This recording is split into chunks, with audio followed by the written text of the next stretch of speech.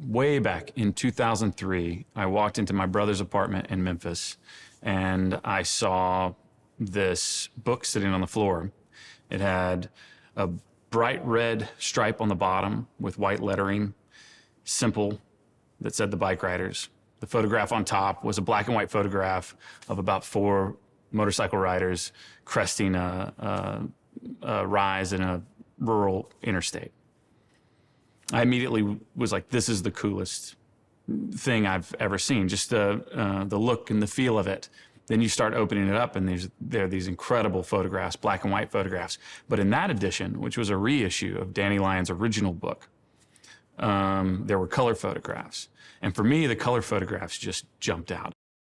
There is a lot of text in the book in terms of interviews, but none of that's a story. They're anecdotes. And kind of like training wheels, I actually started with a big section of Kathy's interview where she talks about meeting Benny for the first time. So that actually, it really was. It was like putting, training wheels on to try to get my balance in this story. But from that point on, I really had to start inventing. And the biggest thing that I invented was the idea of this love triangle. The thought that you would have this woman that falls in love with this young, wild guy, but then you have the leader of this club who also falls in love with this young, wild guy. So instead of having a love triangle between 2 guys fighting over the same woman, you have this man and this woman fighting over this young, wild man, which obviously, in this instance, it takes it out of a sexual context only. And it's really more about what is the essence of this guy? What is it about this guy that attracts these 2 people so much so that they're willing to change their lives for him? This idea that there was a specific thing that popped up in a specific place at a specific time, and now it's gone forever.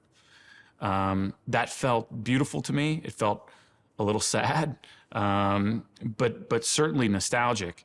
And I loved the idea that you could have something so potent and so vibrant as it's represented in these photographs that then just is gone. Erin is the one that came to us fully built. Like, she's a professional. Erin is not only the adult in the room, but she's by far the most talented person I work with. I cannot say enough, what she pulled off in the BIKERIDERS is so dense and so complex. The fact that you look at it and you're like, yeah, they look like bikers.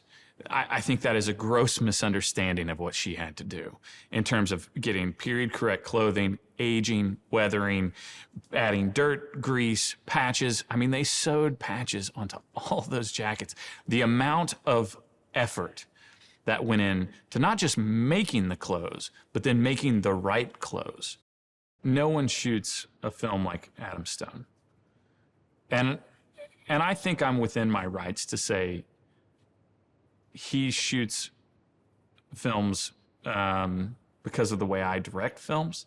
I feel like we've grown together through 6 films.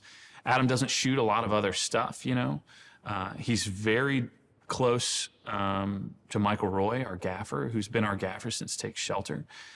So I think there's something about Adam Stone that he just doesn't make films that look like other people's films. They look like my films, and I'm very proud of that. The motorcycles are the least precise instruments on the planet. These motorcycles, some of which are 60 years old, like we had bikes from the 40s, so that'd be 80 years old almost. I mean, these things, they didn't like it when it was cold, they didn't like it when it was hot, they didn't like it when it was dry, and they didn't like it when it was wet. So out of all of the prima donnas I've ever worked with, these motorcycles were the most